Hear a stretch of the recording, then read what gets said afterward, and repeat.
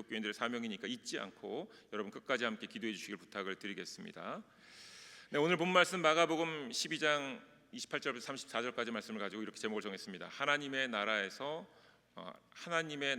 멀지 않도다입니다.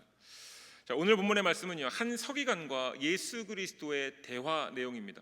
마가복음 12장 중간 이후에 기록된 오늘의 대화는 참 재밌게 흥미롭게 분위기가 이어집니다. 예수님께서 대화를 나누시던 서기관에게 이렇게 말씀을 하시는 겁니다. 34절 오늘 본문의 마지막 구절이지요. 내가 하나님의 나라에서 멀지 않도다입니다. 내가 하나님의 나라에서 멀지 않도다. 서기관의 이 대답을 지혜로운 대답으로 여기시고는 예수님께서 이 서기관이 하나님의 나라 즉 천국에서 멀지 않다 이렇게 말씀을 하십니다. 예수님께서 말씀을 마치시니 어느 누구도 감히 질문하는 자가 없었다라고 본문 말씀에 기록되어져 있습니다. 자, 오늘 우리도 예수님과 이 서기관의 대화를 다시금 묵상하면서 하나님의 나라에서 멀지 않도다라는 말씀의 의미를 깨닫고 그 후에 감히 묻는 자가 없더라라는 상황을 함께 맞이하게 되기를 간절히 기대해 봅니다. 묻는 자가 없었다라는 것은요, 말씀의 의미를 깨달았기 때문에 더 이상 물을 필요가 없다라는 의미로 해석될 수도 있고요, 또 다른 편으로는 말씀의 의미를 여전히 깨닫지 못했기 때문에 무엇을 더 물어야 할지 몰랐다라는 의미로도 해석될 수 있습니다. 근데 우리가 바라는 것은 전자의 상황이지요. 말씀의 의미를 깨달았기 때문에 더 물을 것이 없는 하나님의 귀한 백성들이 되시길 주님의 이름으로 간절히 기도합니다.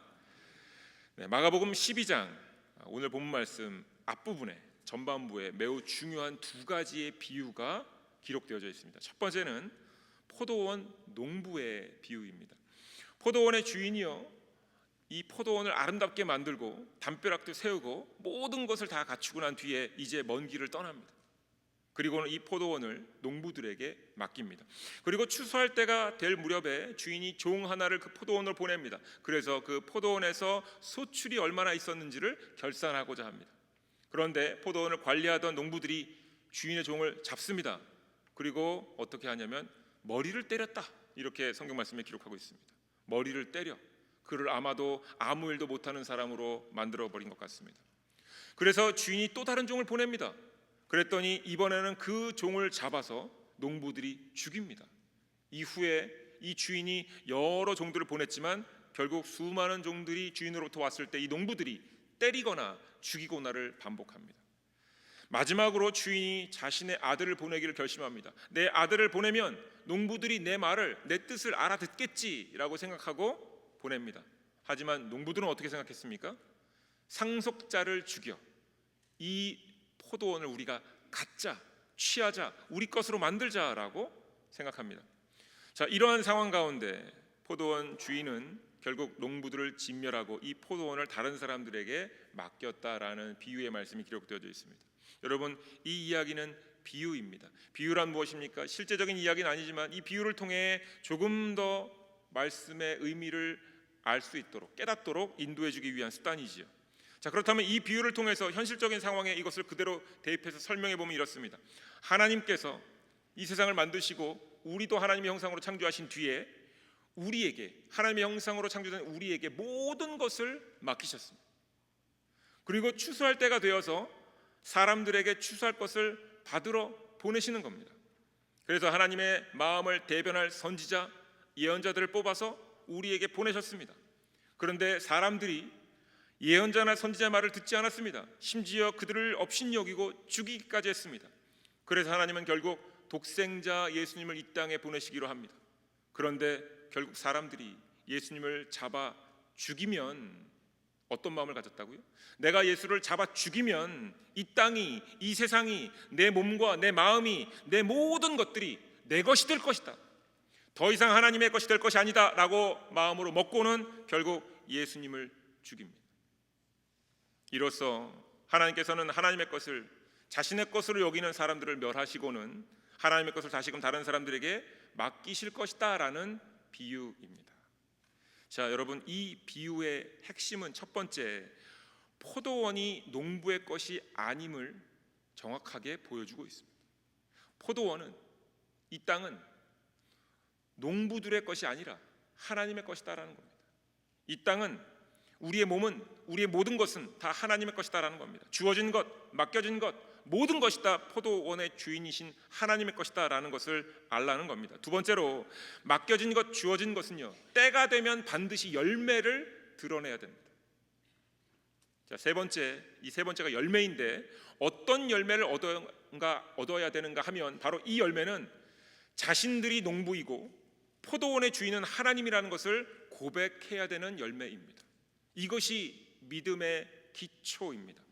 포도원 농부의 비유를 통해서 우리가 얻어야 할 신앙의 좋은 열매란 남들에게 자랑하기 위한 나름대로의 성경적인 지식이나 사람들에게 권고해 줄 말들을 찾아내는 것이 아니라, 포도원 농부의 비유를 통해서 우리가 얻어야 될 진정한 신앙의 좋은 열매란 바로 하나님은 창조주이시고 우리는 창조물입니다 라는 고백입니다.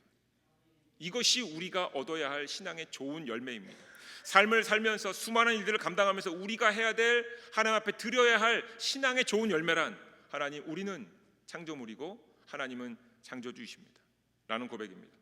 하나님께서 맡겨놓으신 일들의 결과를 따라 상벌을 주신다라는 개념을 넘어서서 하나님이 주인인 것을 알고 우리는 일꾼임을 더 깊이 깨닫고 알아서 우리에게 맡겨진 일을 열심으로 하는 것이 우리에게 주어진 신앙의 열매가 됩니다. 우리가 일을 잘하면 상 주시겠다가 아니라 우리가 열심히 일하는 것만으로 그들의 이미 신앙의 열매를 갖고 있다라고 보여지는 겁니다. 자, 이러한 비유가 첫 번째 비유고요. 두 번째 사건이 바로 사두개인들이 예수님께 질문을 하는 사건입니다. 7 형제가 있었어요. 이것은 우리가 모세율법에 나와 있는 계대혼에 대한 이야기인데, 첫째 형이 대를 잇지 못하고 죽습니다. 그러면 형수가 둘째 동생에게 시집을 가서 결국 대를 이어야 하는 일이 반복되지요. 이렇게 7 형제가 다 대를 잇지 못하고 세상을 떠납니다. 자, 그 뒤에 부활을 했다면 이 여인이 누구의 아내가 되겠느냐라는 사두개인들의 질문입니다. 이는 이 계대혼에 대한 모세의 율법을 인용하여서 예수께 질문한 것이지요. 근데 예수님께서 이 사두개인들에게 이렇게 말씀하십니다. 24절 말씀입니다.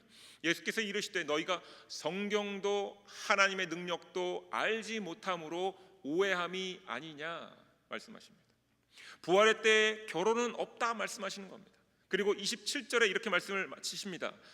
하나님은 죽은 자의 하나님이 아니요 산 자의 하나님이시라 너희가 크게 오해하였도다 하시니라. 아멘. 구약 성경에 끊임없이 사람들이 아브라함의 하나님, 이삭의 하나님, 야곱의 하나님, 누구누구의 하나님 이렇게 얘기하지만 사실은 하나님은 모두의 하나님이십니다. 아버지의 하나님, 할아버지의 하나님, 증조 할아버지의 하나님, 고조 할아버지의 하나님이 아니라 하나님은 나의 하나님입니다. 그렇기 때문에 하나님의 우리의 관계가 아버지와 자녀 관계라면 부활의 때가 될 때, 비로소 우리가 하나님 앞에 섰을 때, 우리가 하나님을 제대로 만날 때, 우리가 더 하나님의 모든 뜻들을 제대로 분명히 이해할 때 우리 모두는 형제 자매임을 알라는 예수 그리스도의 말씀입니다. 자, 앞에서 전해드린 포도원의 비유요, 그리고 사두개인들과 벌인 논쟁의 이 요점, 이 두 가지 사건의 요점은 바로 간단하게 얘기해서 사람들이 하나님을 너무 모른다입니다. 사람들이 하나님의 말씀을, 하나님의 뜻을 너무 모른다입니다. 포도원의 비유도 마찬가지고 사두개인과 벌인 논쟁의 요점도 마찬가지고 어느 누구도 하나님을 모른다입니다. 포도원 농부들도 하나님에 대해서 몰랐지요. 또한 부활을 믿지도 않으면서 부활에 대해서 질문한 사두개인들도 하나님에 대해서 모르고 있었다라는 겁니다. 예수님께서 이것 때문에 세상에 오신 겁니다. 하나님을 사람들이 너무나도 제대로 알지 못하니까 하나님의 뜻과 계획과 섭리를 증거하기 위해 예수님께서 이 땅에 오시는 겁니다. 아버지의 뜻이 무엇인지, 아버지께서 계획하신 것이 무엇인지, 아버지께서 원하시는 것이 무엇인지를 증거하시려고 이 땅에 오셨습니다. 십자가의 사건도 부활의 사건도 다 하나님의 마음을, 하나님의 뜻과 계획과 섭리를 알려주시기 위함입니다. 오해를 종식시키기 위함입니다. 이것을 잊지 마셔야 합니다. 자, 그리고 오늘의 본문에서 서기관이 예수님께 질문합니다. 28절 말씀입니다. 서기관 중 한 사람이 그들이 변론하는 것을 듣고 예수님께 잘 대답하신 줄을 알고 나와 묻되 모든 계명 중에 첫째가 무엇이니까? 이렇게 질문을 합니다. 하나님의 말씀 중에 무엇이 가장 중요합니까? 이렇게 질문했지요. 이 예수님께서 두 가지 계명을 말씀하시면서 첫 번째 계명을 먼저 설명하시지요. 29절부터 30절까지 말씀. 예수께서 대답하시되 첫째는 이것이니 이스라엘아 들으라 주 곧 우리 하나님은 유일한 주시라. 내 마음을 다하고 목숨을 다하고 뜻을 다하고 힘을 다하여 주 너의 하나님을 사랑하라 하신 것이요. 아멘. 자, 예수님께서 말씀하신 것, 이 첫 번째 계명 무엇입니까? 유일하신 분이심을 알고, 하나님은 유일하시다는 것을 알고 하나님을 사랑하라라는 겁니다. 이는 예수님의 말씀이자 신명기 6장 4절부터 9절까지의 말씀이기도 합니다. 신명기는 하나님께서 모세를 통해 하나님의 말씀을 선포하는, 특별히 모세가 설교를 하는 내용이다 이렇게 얘기하죠. 여러 율법들과 하나님 말씀을 깨달았던 모세가 백성들을 향해 선포하는 내용입니다. 근데 모세가 똑같이 이 말씀을 전했어요. 뜻과 마음과 정성을 다해서 하나님을 사랑하라 이 얘기를 했습니다. 하나님은 한 분이시다 이 얘기를 했습니다. 이것을 마음에 새기라 라고 모세가 선포합니다. 그런데 어떻게 이것을 새기라고 명령하냐면, 집에서든지 집 밖에서든지 누워있던지 앉아있던지 이 말씀을 자녀들에게 끊임없이 가르치라 이렇게 말합니다.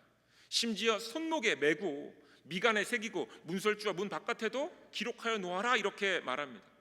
자, 이러한 명령을 선포하던 곳이 어디입니까? 바로 광야입니다. 광야. 집도 절도 없는 곳입니다. 아무것도 없는 곳입니다. 가나안 땅에 들어가기 전입니다. 하나님께서는 모세를 통해서 하나님이 얼마나 유일하신 분이신지를 친히 알리시는 겁니다. 광야에서 하나님을 사랑하라고 명령하십니다. 친히 광야에서 가나안 땅으로 들어가기 전에 말씀하십니다. 하나님께서는 아무것도 없는 그 광야에서 백성들에게 마실 물을 주시는 겁니다. 그러면서 내가 유일한 하나님이다 말씀하시는 겁니다. 먹을 음식과 고기를 주시면서 또 말씀하시는 겁니다. 내가 유일하다 말씀하시는 겁니다. 또 전쟁을 할 수 없는 상황에서도, 이길 수 없는 상황에서도 승리를 맛보게 하시면서 하나님은 또 말씀하시는 겁니다. 내가 유일하다, 나를 사랑하라. 이로써 하나님이 유일하시다라는 것을 끊임없이 알게 하십니다. 그리고 유일하신 그 하나님을 사랑하라 이렇게 말씀하십니다. 자, 그런데 여러분, 이 하나님을 사랑하라 이것을 다른 표현으로 조금 바꾸어 보면 나를 떠나지 말아라입니다. 자, 여러분 어떻습니까? 사랑하는 사람을 떠나게 됩니까? 첫사랑 경험 있으시지요? 없으신가요? 지금 옆에 계신 분들이 다 첫사랑이신 거죠. 네. 첫사랑을 잊지 못하여 방황하고 맴돌고 헤어졌는데 그 집 가서 맴돌고 괜히 전화번호 한 번 더 눌러보고 그녀와 그 남자와 함께했던 영화나 음악을 들으면 또 생각하고, 사랑하면 떠나지 않는 겁니다. 여러분, 세상적인 사랑 얘기 잠깐 잊어버리시고, 하나님을 사랑하면 하나님을 떠나지 않는 겁니다. 하나님은 떠나지 말라라는 의미로 나를 사랑하라는 겁니다. 너희들 마음 안에 나만 넣어놓고 나를 사랑해라 그러면 절대로 나에게서 떠나지 않을 것이다 말씀하시는 겁니다.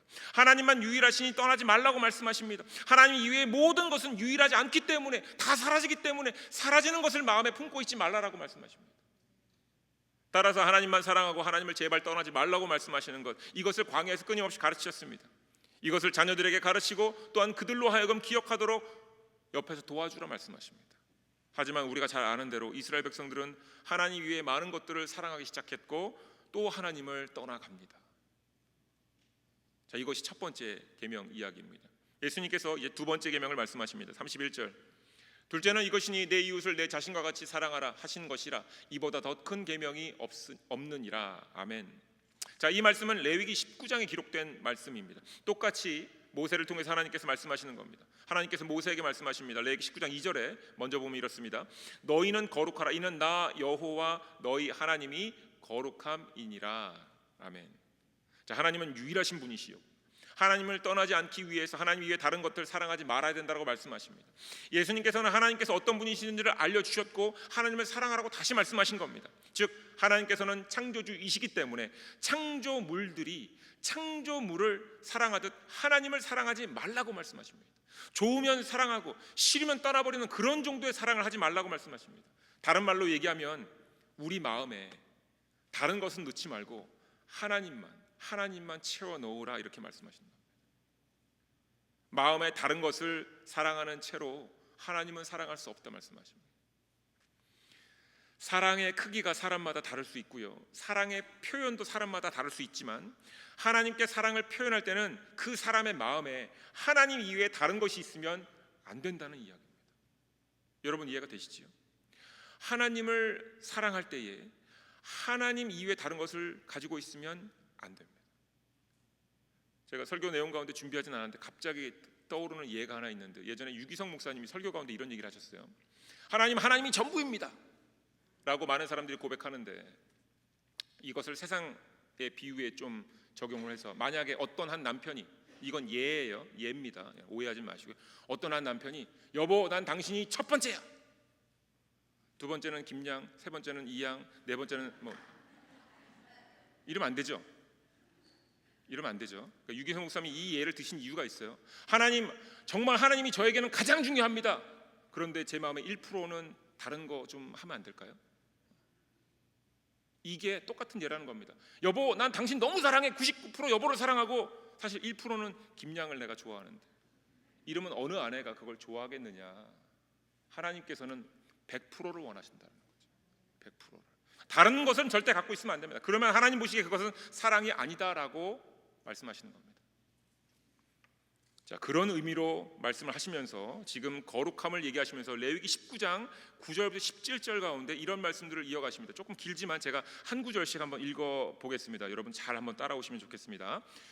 너희가 너희의 땅에서 곡식을 거둘 때에 너는 발 모퉁이에다 다 거두지 말고 내 떨어진 이삭도 줍지 말며 내 포도원의 열매를 다 따지 말며 내 포도원에 떨어진 열매도 줍지 말고 가난한 사람과 거류민을 위하여 버려두라. 나는 너희의 하나님 여호와이니라. 너희는 도둑질하지 말며 속이지 말며 서로 거짓말하지 말며 너희는 내 이름으로 거짓 맹세함으로 내 하나님의 이름을 욕되게 하지 말라. 나는 여호와니라. 너는 내 이웃을 억압하지 말며 착취하지 말며 품꾼의 싹을 아침까지 밤새도록 내게 두지 말며 너는 귀먹은 자를 저주하지 말며 맹인을 앞에 장애물을 놓지 말고 내 하나님을 경외하라. 나는 여호와이니라. 너희는 재판할 때 불의를 행하지 말며 가난한 자의 편을 들지 말고 세력 있는 자라고 두둔하지 말고 공의로 사람을 재판할지며 너는 내 백성 중에 돌아다니며 사람을 비방하지 말며 내 이웃의 피를 흘려 이익을 도모하지 말라. 나는 여호와이니라. 너는 내 형제를 마음으로 미워하지 말며 내 이웃을 반드시 견책하라. 그러면 내가 그에 대하여 죄를 담당하지 아니하리라. 아멘. 자, 분명히 하나님께서 내가 거룩하니 너희도 거룩하라 말씀하시면서 그 사이에 안식일을 지켜야 되고 제사를 잘 지내야 되고 하신 뒤에 이 내용들을 쭉 기록해 놓으셨습니다. 굉장히 많은 내용들이 기록되어 있는데 이 내용을 종합해 보면요, 이웃을 사랑하라 라는 말씀의 기초가 바로 여기서 나오는 겁니다. 이웃을 사랑하라 라는 말씀의 기초가 바로 이 말씀들인데, 이 말씀을 요약해 보면 이런 겁니다. 이웃의 마음을 어렵게 하지 말라라는 얘기입니다. 이웃의 마음이 어려워지면 어떻게 됩니까? 그 사람의 마음이 어려워지면 결국 유일하신 하나님이 아닌 다른 것을 붙들게 되는 겁니다. 불편함, 답답함을 붙들 때 결국 하나님을 떠나게 되는 겁니다. 자, 이러한 말씀 가운데 레위기 19장 18절에서 말씀이 이어집니다. 원수를 갚지 말며 동포를 원망하지 말며 내 이웃 사랑하기를 내 자신과 같이 사랑하라. 나는 여호와이니라.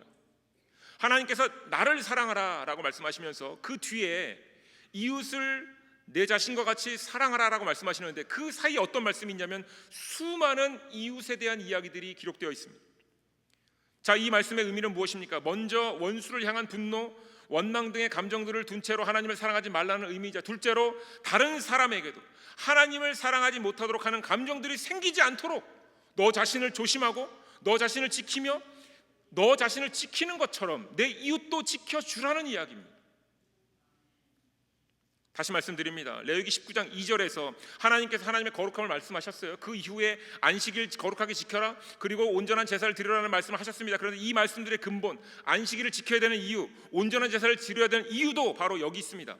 이웃으로 하여금, 내 이웃으로 하여금 다른 마음을 품지 않도록 살피고 조심하라라는 의미가 담겨 있는 겁니다. 여러분, 안식일을 거룩하게 지키는 것도요, 온전한 제사를 드리는 것도요, 이 마음 안에 다른 마음 품으면 안 됩니다. 마찬가지로 다른 사람의 마음을 지켜줘야 그들도 안식일을 거룩하게 지킬 수 있고 그들도 제사를 온전히 지낼 수 있습니다. 나 혼자만 제사 잘 지내고 나 혼자만 안식 잘 지키면 하나님은 그것도 합당하지 않다 말씀하시는 겁니다. 그러니까 먼저 하나님을 사랑하고 내가 마음을 비워, 그리고 그와 마찬가지로 너희들 이웃들도 마음을 온전히 비워서 하나님만 바라볼 수 있도록 너희들이 도와주라, 협력하라, 살피라, 이 얘기를 하시는 겁니다. 우리가 이웃을 사랑하지 않을 때, 우리 마음 안에 미움이 있을 때 나 자신도 하나님을 사랑할 수 없게 됩니다. 여러분 기도해 보셨죠? 나를 불편하게 만드는 사람들을 위해서 어떤 기도를 해보셨습니까? 하나님, 내가 그 사람을 사랑하게 해주세요, 그 사람을 사랑하게 해주세요 하다가도 미운 마음이 여전히 남아있으면 하나님, 그럼에도 불구하고 난 억울합니다, 답답합니다 고백하지요. 다윗도 그런 기도를 많이 했는데 결국 그의 기도가 나중에 바뀝니다. 하나님, 그도 하나님의 자녀이니 알아서 해주세요. 이걸 내려놓게 됩니다. 우리 마음 안에 다른 마음이 있으면 절대로 하나님을 온전히 사랑할 수 없게 되고요, 결국 이러한 마음으로 하나님을 마음에서 내려놓게 되기 때문에 위험에 처해지는 순간을 맞이할 수밖에 없게 되는 겁니다. 누가 그랬습니까? 바리새인들이 그랬고요, 사두개인이 그랬고요, 많은 서기관들과 유대인들이 그랬습니다. 하나님을 사랑한다는 사두개인들은 세상의 권력과 물질도 하나님의 축복이니 누리고 싶다, 얻어야 한다, 힘으로 쟁취하자라고 말하면서 두 가지를 품었습니다. 두 주인을 섬겼습니다. 세상의 주인과 그리고 하나님. 결국 한 사람 안에 각기 다른 마음을 품었기 때문에 하나님을 온전히 사랑하지 못했고 결국 하나님을 떠나가는 백성이 됩니다. 그런데 예수님 앞에 한 서기관이 나왔지요. 그 서기관이 말하기 시작합니다. 32절부터 33절입니다. 서기관이 이르되 선생님이 옳소이다. 하나님은 한 분이시요 그 외에 다른 이가 없다 하신 말씀이 참이니이다.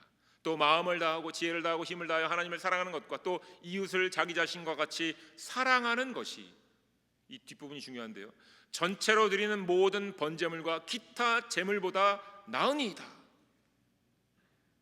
여러분, 이 서기관의 대답은 매우 간결합니다. 하나님은 유일하신 분이시고요, 이웃을 사랑함으로 나도 이웃도 함께 하나님 이 마음 안에 다른 것이 없게 하는 것, 이것이 번제물과 기타 모든 제물을 드리는 것보다 중요합니다. 이렇게 말한 겁니다. 내가 내 이웃을 사랑합니다라고 말한 것이 아니라 모든 번제물과 모든 기타 제물들, 제사들보다 더 중요한 것을 내가 압니다, 얘기한 겁니다. 이렇게 얘기하자 예수님께서 말씀하시는 건 34절입니다. 예수께서 그가 지혜 있게 대답함을 보시고 이르시되 내가 하나님의 나라에서 멀지 않도다 하시니 그 후에 감히 묻는 자가 없더라. 서기관의 마음에 이미 하나님을 향한 사랑, 하나님 한 분만 모시고 있는 그 모습과 하나님을 떠나지 않는 삶이 있음을 예수님은 아셨습니다. 심지어 그는 이웃을 향해서도 그들 마음도 흔들리지 않도록, 그들 마음에 거짓된 것이 들어가지 않도록 신경 쓰고 살피고 그리고 그들을 위해 애쓰는 사람이었다라는 겁니다. 그렇기 때문에 예수님께서 그 서기관을 보면서 말씀하신 겁니다. 하늘나라에서 멀지 않도다. 말씀을 정리하며 여러분께 질문을 드려보겠습니다. 사랑하는 교회 여러분, 하나님이 유일하신 분이심을 믿으십니까? 하나님을 사랑하십니까? 자, 오늘 본문의 말씀에 기초해서 이렇게 질문을 바꾸어서 질문해 드리도록 하겠습니다. 다시 대답해 보시면 좋겠습니다. 자, 여러분들 마음에 하나님 한 분만 있으십니까? 아까보다 대답이 유일하신 분을 믿으십니까? 그럼 아멘 하셨는데 여러분 마음에 하나님 한 분만 있으십니까? 네. 네, 다른 마음이 없으시죠? 있으시면 큰일 납니다. 자, 네. 하나님 한 분을 품고 하나님과 함께 계심을 믿으십니까?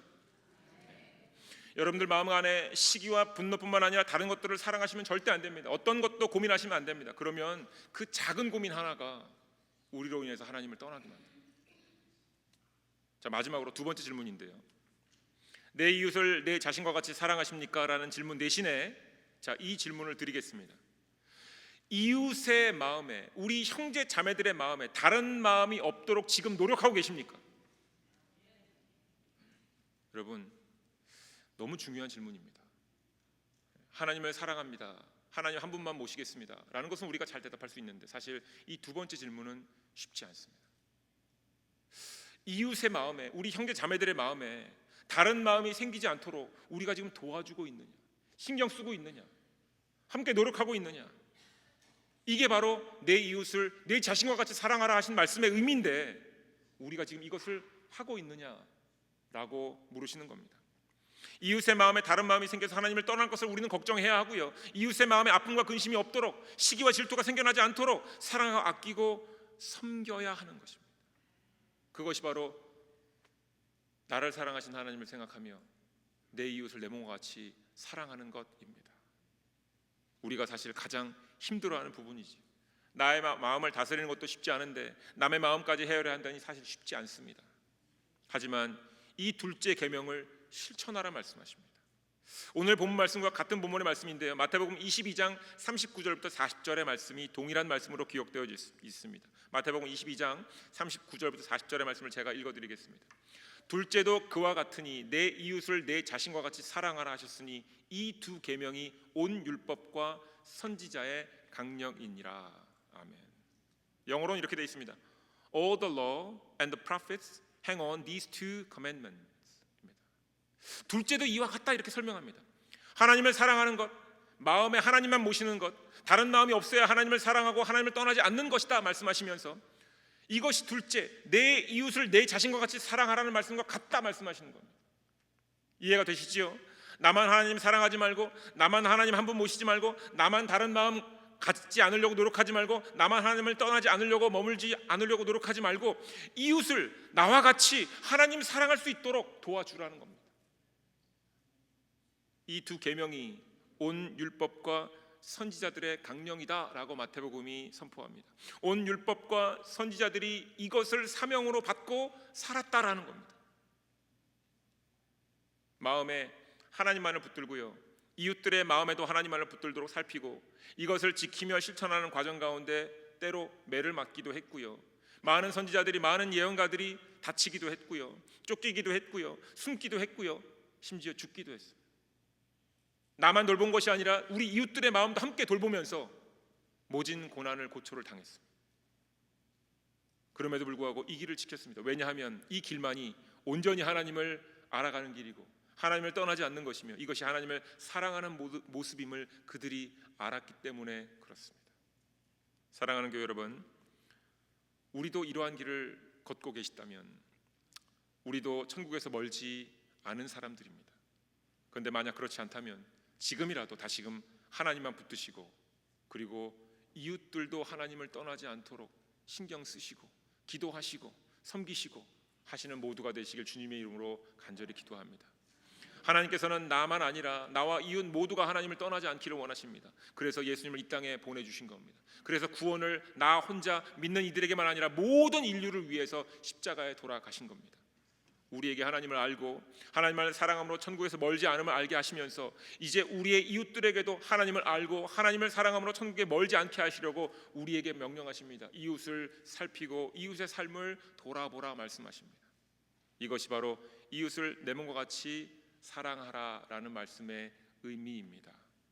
이웃의 마음에 다른 마음이 들지 않도록 함께 힘써 노력하시는 모두가 되시길 주님의 이름으로 축원드립니다.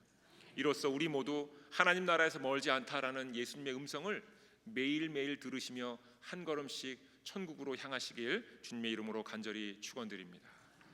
기도하겠습니다.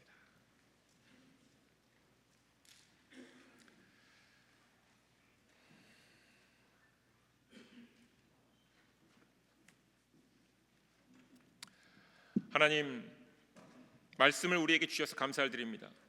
우리가 하나님을 사랑한다 하면서 사실 우리의 마음에 다양한 마음을 품었습니다. 때로 우리가 좋아하고 즐거워하는 것들을 가득 담았었고 때로 우리를 힘들게 하는 일들로 우리의 마음을 가득 채웠었습니다. 이때 하나님을 잠시 떠나가게 되었습니다. 그리고 이러한 일들이 찾아질 때 하나님을 조금 멀리 떠나기도 했었습니다. 그러면서도 하나님은 우리를 사랑하시기 때문에 괜찮다 여기는 마음도 가졌습니다. 하나님, 우리가 마음에 다른 마음을 품을 때에 하나님을 떠남으로 우리의 이웃들도 하나님을 떠나도록 우리가 영향을 미치는 삶도 살았습니다. 세상의 즐거움을 나누고 때로 아픔과 고민을 나누면서 때로 상처를 줌으로써 우리의 이웃들, 하나님의 형상으로 창조된 형제 자매들에게 하나님이 아닌 다른 것을 품게 함으로 하나님을 떠나도록 돕기도 했었습니다. 하나님, 우리를 용서하여 주시옵소서. 우리의 어리석음이 하나님의 것을 우리의 것이라 여기며 마음도 행동도 마음대로 행하며 하나님을 떠났었던 우리를 용서하여 주시옵소서. 우리를 다시금 하나님의 말씀으로 붙잡아 주시어서 하나님만을 마음에 품고 하나님을 사랑하며 하나님을 떠나지 않게 하여 주시옵소서. 또한 우리를 회복시켜 주시어서 우리의 이웃들도 그들의 마음을 살피게 하시고 또한 이로써 이웃들의 마음에도 하나님만 붙잡도록 우리를 사용하시어 우리의 형제 자매들도 하나님 곁에 함께 머물도록 인도하여 주시옵소서. 이웃을 내 몸과 같이 사랑하라는 명령 가운데 우리 모두가 천국에서 멀지 않은 백성들이 되도록 인도하여 주시옵소서. 예수님의 이름으로 기도드립니다. 아멘. 다 함께 일어나